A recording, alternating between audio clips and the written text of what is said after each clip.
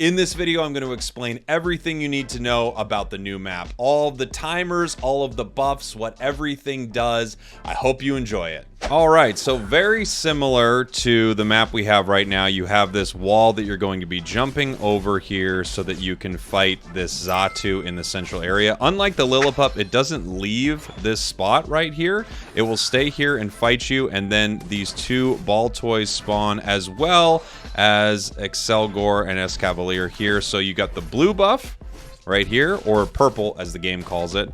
You've got, but everyone kind of looks at it as a blue buff. It looks blue to me, to be honest. And then you've got the red buff right up here, which it looks like my team is trying to eat right now. This is a bot game, it looks like it threw me in, which is nice because I don't have to worry about doing the right thing by my squad. So the new red and blue buffs are a little different.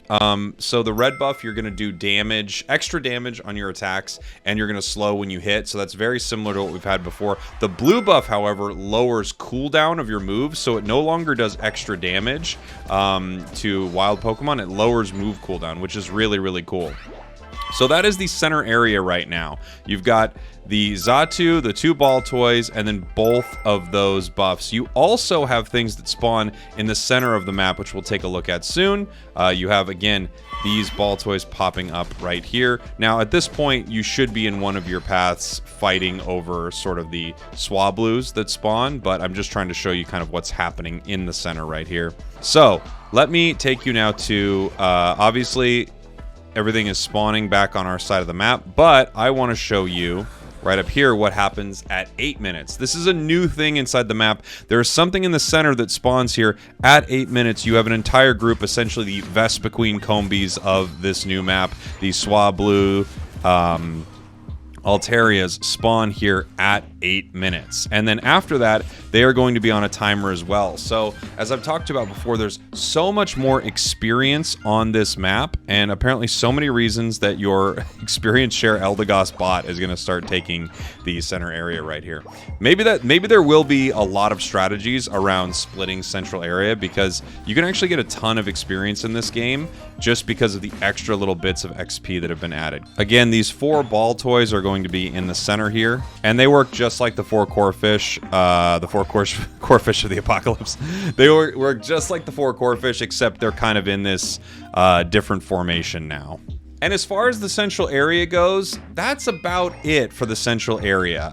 You've got a couple points of experience to grab. Again, you have this interesting setup, whereas before you would go straight from a Lillipup to both buffs. Right now, you go from Xatu actually into experience that you can grab before the buffs. And given that some Pokemon can invade, I actually think there might be a lot of strategies around getting to those buffs faster than the game maybe makes you think you should, because someone can come into your central area and take it from you.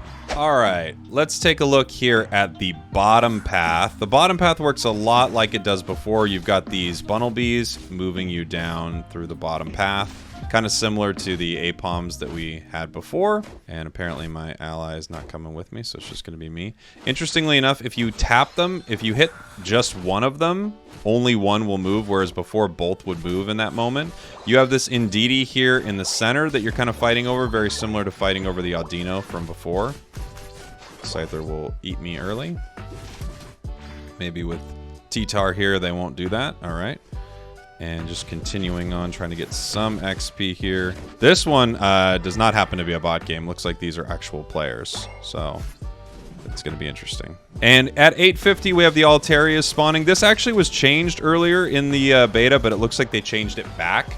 So at one point, this was 9 minutes, 5 seconds, but now the Swablues and Altarias, just like Vespiquen Combees, are going to spawn there in that central area. Right in the center there, excuse me, of the bottom path. I think is a probably a more accurate way to say that. So there's these Indeedees that spawn between you, and then the ones that spawn on the side here for you to take. Very similar to what we're dealing with now.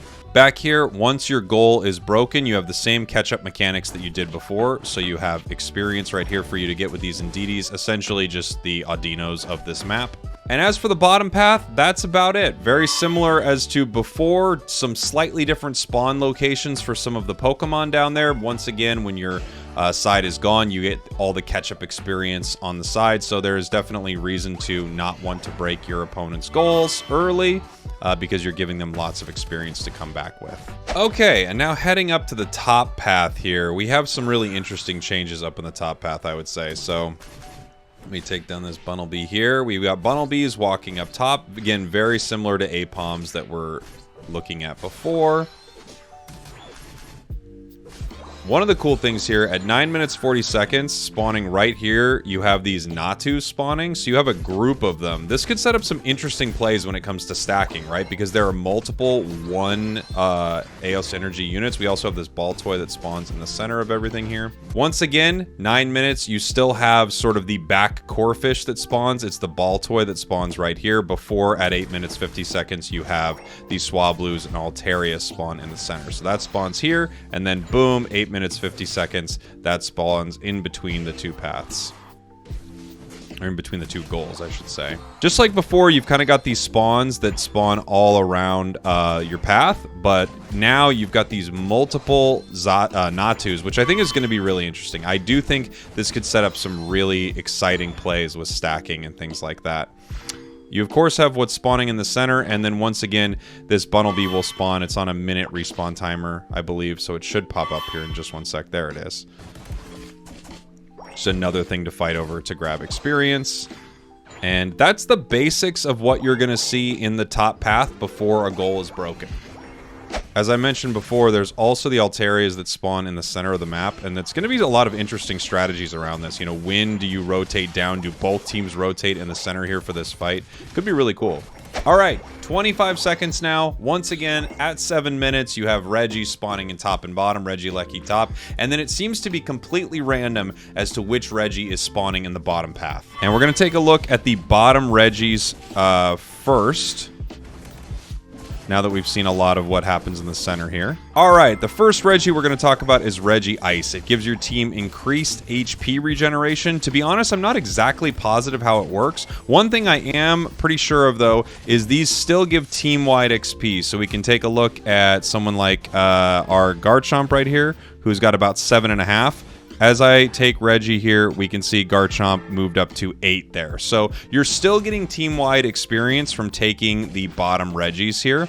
Again, Regice, it gives you a buff that gives you healing regeneration or increased healing regeneration. I don't know if it's increased based on, you know, if an ally heals you. I honestly cannot fully tell how exactly the healing from it's increased. So we're going to have to find that out. But you still get team-wide XP from the bottom Reggies. The next Reggie is Regirock right here, and I don't know which one's going to be the preferred Reggie. I'm guessing it's possibly Registeel because it's going to give you extra damage, but Regirock here, gonna beat it up real quick, and then we get the buff from this Regirock's buff, giving you both increased special defense and defense. How much? Don't know. Hopefully we'll find out soon. Registeel is another one of the Reggies that spawn here. So Registeel gives your team probably what feels like the biggest bonus because it is increased damage. It's increased attack and special attack. I don't know how impactful it will be, but it feels like possibly the best bonus you could achieve. Then again, I don't know the stats on a lot of these, or any of these. I actually don't know if Regieleki gives team-wide XP. I'm gonna have to check that here. So let's see. Cram's at about 11, little over 11. Let's see if we can see if Regieleki. So Regieleki is basically the new Rotom. It's actually just a better version of Rotom. Oh, we see Cram right here. Well, that doesn't help me because, let's see, you are at 10.5. Yeah, it looks like Reggie does not give team-wide XP. So just a good thing to know there, that you're not getting team-wide XP from this Pokemon. I didn't expect you would, but I figured it'd be something we should check. Reggie moves towards the enemy goal, works just like Rotom, except it seems to fight a lot better than Rotom did. And now that scoring at the end of the game is not the same, I do think there's going to be a lot of value into getting points in earlier than you would in the other maps. Taking another look at Regieleki here. Just doing some damage. My Swords Dance Bullet Punch. Gosh, Scissor. Scissor's cool. I really hope they release this Pokemon like this. They need to mess with Scyther a bit, but Scissor's freaking cool. We're going to walk this down. I want to see it do some damage because this actually fights a lot better than Rotom fought. So yeah, here we go. You can see it uses these attacks that kind of, you know, attack in an area, these attacks that throw off in different directions, throwing electro webs, and it just seems like, again, a better version of Rotom, and there will be a lot of strategies around using this Pokemon. You can see it actually took advantage of that Rayquaza boost there to let us score. So there could be a lot of situations where you're going to want to use Regieleki. It could be much better now. Regieleki just moving down the path. We can see the electro webs it shoots out. Doesn't stop them in place. I don't know if that was just because it's Dodrio or if it actually doesn't stop them in place, but a really interesting objective because it's just Rotom but better. So obviously they wanted Rotom to do more, and now that you don't get instant scoring from the final objective, this could be the big thing in the map. We're gonna have to see. What I've noticed here is scoring is so much more important on this map because the game is kind of decided a lot of times, at least in the test server, before anything has happened at the final objective. Like Rayquaza is not always the thing that's deciding these games anymore like Zapdos did. So scoring early means a lot in this game, and using Regieleki could be an important strategy given that final game scoring might not look anything like it did before. At 2 minutes, Rayquaza spawns at the center of the map. It also spawns some of these air currents here that give you increased movement speed as you move through them. You can see the top of the runes here get blocked off, but as you just saw, Pokemon that are ranged, like that Cinderace right there, are able to attack through it. So you actually do have some strategies around that where you could actually attack around Rayquaza and do a lot of damage to it. It's also not the same objective as Zapdos, right? So you're not getting insta-scoring on goals and things like that, and I think because of that, the strategies around this are going to change dramatically, I would say. And this little area kind of gets walled off, so you can't get in from the top without a dash, but you can attack from the top if you have a character that is ranged. And again, once again, you no longer have sort of the only win condition feeling like it's Zapdos at times, because Rayquaza doesn't give you instant scoring. So because of that, I think you're going to set up a lot more interesting strategies in the game than just, oh, the team that got Rayquaza won the whole thing, right? So looking at it, you can see, again, this wall that forms around the top of it. You can't get through that just by walking, so you're actually going to have to move in to fight it, but ranged attackers can do damage to it.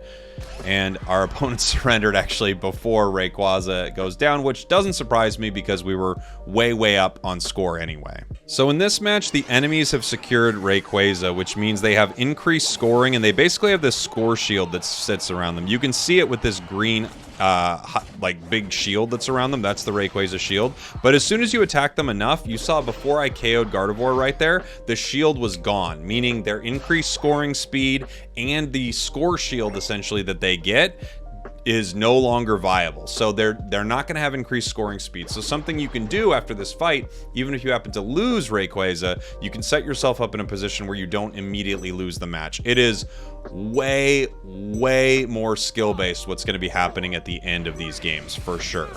We are able to secure that here, so you see these big green shields over us. So what these big green shields are is a score shield and an increase to scoring speed when you have it. The opposing team surrenders here, but what you see is, and I don't know the exact numbers, but it feels like you're scoring maybe even more than twice as fast when you have these, and you also essentially get a score shield for that moment. I'm not exactly sure how this stacks with a score shield currently, because as I was using it, I actually noticed moments where the score shield seemed to break. It stopped me from scoring, but I still had the Rayquaza shield, so all that is still something to figure out, but positioning around this and the importance of this changes a lot. If at the 2-minute mark, half of your team can leave Rayquaza and score 100 points, I don't know, that might even be better than getting Rayquaza in general if you could just hit the enemy a little bit, break those shields, and then you're able to stop them from using any double speed scoring or something like that. I hope this was helpful. This is everything you needed to know about the new Theia Sky Ruins map. I hope you enjoyed it. Goodbye.